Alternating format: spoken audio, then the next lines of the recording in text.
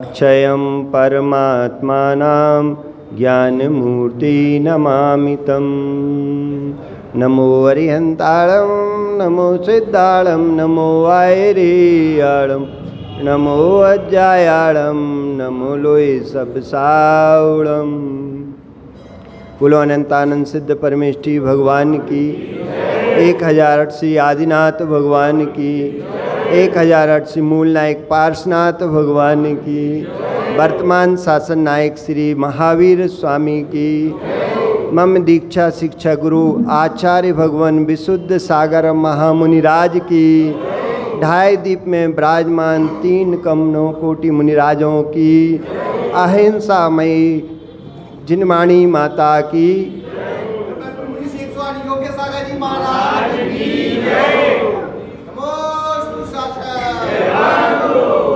भवबंधु महावीर स्वामी के शासन काल में विराजे आचार्य भगवान विशुद्ध सागर के रत्नात्रय की छाँव में बैठकर हम सभी माँ जिनवाणी का रसपान कर रहे हैं। यही माँ जिनवाणी का रसपान हमें सिद्धत्व की प्राप्ति कराएगा। भवबंधु आचार्य भगवान कुलभद्र स्वामी ग्रंथराज सार समुच्चय ग्रंथ में लिख रहे हैं कि नर जन्म का उत्तम सार आत्मज्ञान संयम धार, आत्मज्ञान पूर्व संयम धार। इस बात को लिख रहे हैं। निर्जन्म फलम सारम यदे तत् ज्ञान सेवनम अनुभूति वीर्यस्य संयमश्चा धारणम।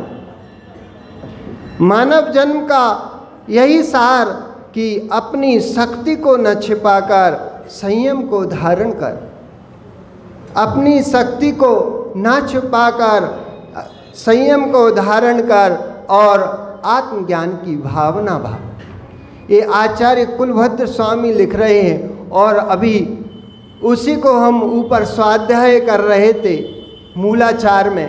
ऐसा श्रावकों को लिखा है और मूलाचार में भट्ट के स्वामी ने मुनियों को लिखा है कि अपनी शक्ति अनुसार जैसा आगम में वचन है मुनियों को 28 मूल गुणों का पालन करना है तो करना है। उसमें यदि तुमने कुछ कमी की तो तुम तस्कर हो। यही बात यहाँ कह रहे हैं। मुमुक्षु जीव के अंतस परिणामों की धारा व्याख्यान कर रहे हैं और यूँ कह रहे हैं, ज्ञानी अंतरंग के भावों का अपहरण मत कर और बाहर वीर अंतराय कर्म का अपहरण मत कर। यदि तुमने परवस्तु को छीना है तो वो भी तस्करी है। परवस्तु को छीना है, चुराया है तो वो भी तस्कर है। और पर वस्तु को छीनने वाले तो बहुत देखे हैं, पर निज वस्तु को छीनने वाला स्वयं की चीज को छीन रहा है वो भी तस्कर है। वह बताओ कि स्वयं की चीज कौन छीनता है? कोई छीनता है? अपनी ही चीज अपन ही छीन रहे। ऐसा हो सकता है? यही तो कह रहे हैं वो कि स्वयं में जो तुम बलिष्ठ हो, संयम धारण करने की तुम में शक्ति है, जिन आगम के वचन को तुम स्वीकार नहीं कर रहे और अपनी मनमानी कर रहे हो तो तुम भी तस्कर हो। वो जी अपनी शक्ति छिपा करके वह तस्कर है। शासन के यदि तुमने शासन के विरुद्ध कोई कार्य किया है तो ये तो चोरी है। शासन के नियमों के विरुद्ध यदि व्यापार किया है तुमने तो तस्करी की है। भगवान जिनेंद्र देव ने ये कहा है कि अपनी शक्ति को अनुग्रहित करके, अपनी वीर्यों को अनुग्रहित करके, छुपा करके नहीं बल्कि प्रकट करके जो करता है वह वास्तव में जिन धर्म करने लायक है। जब अपनी शरीर में पौरुष है, अपने शरीर में पौरुष है तब तक ये बल है, शक्ति है, उसका सदुपयोग कर लो। जो साधना सामयिक इस समय में कर सकोगे, जब शरीर शिथिल हो जाएगा फिर नहीं कर पाओगे। फिर अपनी आँख के जब समय आ जाता है नज़दीक समाधि का, तो एक साधक अपने पलकों को उठाने में भी बहुत शक्ति लगती है, वो शक्ति क्षीण हो जाती है। फिर तुम्हें कोई जिनवाणी सुनाएगा तो ये कहोगे भैया बंद कर दो, अब नहीं सुना जा रहा। क्योंकि अंतिम समय में तो जो हम लोग साधना करते हैं किस लिए, इसलिए करते हैं कि हमें अंतिम समय में नवोकार मंत्र याद रहे, पंच परमेष्टि की शरण याद रहे और कोई याद ना रहे। इसलिए इतनी तपस्या, बस इतनी सी ही तपस्या है। अब आप लोग रामायण सुन रहे हो, रामायण में क्या है? रामायण में क्या है? रामायण में इतना ही है कि राम की सीता को हरण किया, उनने उनकी सीता हरण किया, उनने उनको मारन्ना, इतनी सी तो काथन्ना और तुलसी लिख जाए पूथन्ना। अब तुम्हें 5 महीने सुनना पड़ेगा उसका विस्तार, 5 महीने में भी पूरा नहीं हो पाएगा। इसलिए कहते हैं कि जो जैन कुल आपको मिला है, मनुष्य पर्याय इंद्रिय सुकुल सब मिला है। माँ भारती कह रही है, बेटे इतने द्रव्य प्राप्त करके तूने विषय भट्टियों में झोंक दिया, तूने क्या किया? एक माँ ने दीपक दिया, बेटे जाओ मंदिर में भगवान की आरती करना, और समय बचे तो इसी दीपक की रोशनी से तुम स्वाध्याय कर लेना। बेटा ने क्या किया? मंदिर ना जाकर जुआड़ियों के अड्डे पर चला गया, और जुआड़ियों के अड्डे पर जाकर उसने ताश की पत्तों को देखा, जुआ खेला और रात्रि में भोजन किया। बेटे तूने क्या किया? कारण कार्य विपर्यास कर दिया, जो कार्य करने लायक नहीं था तुमने उस कार्य को कर डाला। ऐसा होता है। यही तो हमारी जिन शासन की क्या है, जिन शासन के नियम हैं उनको उल्लंघन करके तुम दुर्गति के पात्र मत बनो। यहाँ जिन वाणी सुनो और अपना कल्याण करो। साधना का फल तो साध्य की सिद्धि है, साधना का फल प्रार्थना नहीं है।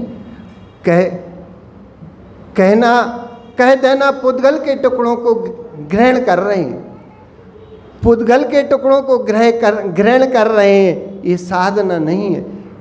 एक आचार्य भगवान ने, ये सभी आचार्यों ने ग्रहण किया है, सबने माना है कि पुद्गल का क्या कार्य है? पुद्गल का कार्य है पूर्ण गलन। लेकिन आचार्य कुंद स्वामी ने एक और नई परिभाषा दी है पुद्गल की, कि जो पुद्गल के द्वारा ग्रहण किया जाए वह पुद्गल है। जो पुद्गल के द्वारा ग्रहण किया जाए वह पुद्गल है। पुद्गल के टुकड़े किसी रूप में कमाए जा सकते हैं। ऐसे तो देखने को मिलता है कि कसाईयों के भी ऐसे पुण्य लाभांतराय होता है कि उन्हें छुरी हाथ में होते हुए करोड़पति होते, और हमारा लाभांतराय नहीं है तो कितनी ही हम कुछ करें हमें घाटा ही घाटा लगता। ये देखने में आता है कि नहीं आता?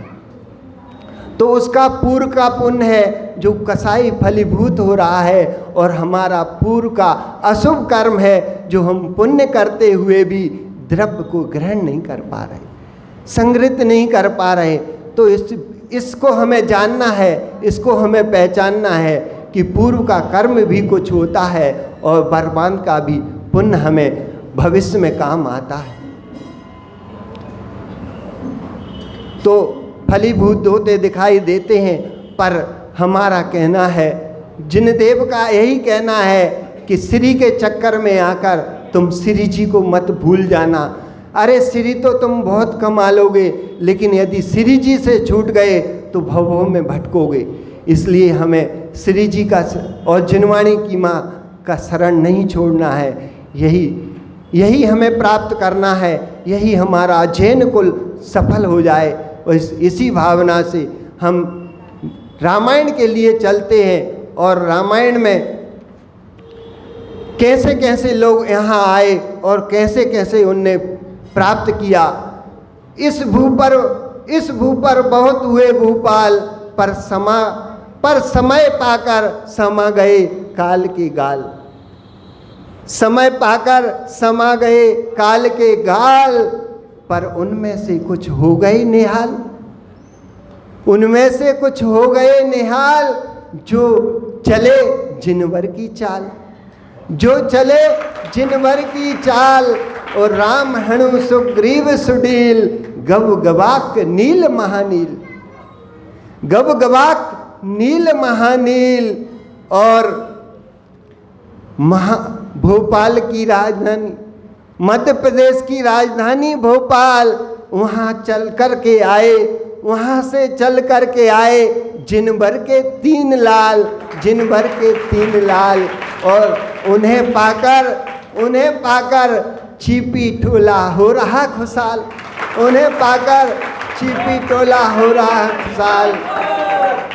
चलो उसी खुशी को आगे बढ़ाते हैं और साक्ष सागर जी के चरणों में चलते हैं कि हमें उस कथा का रसपान कराएं, जिनसे हम भव्यता को प्राप्त करें, हम आदर्श बने, हमारा जीवन आदर्श बने। बोलो आचार्य भगवान विशुद्ध सागर मुनि महाराज।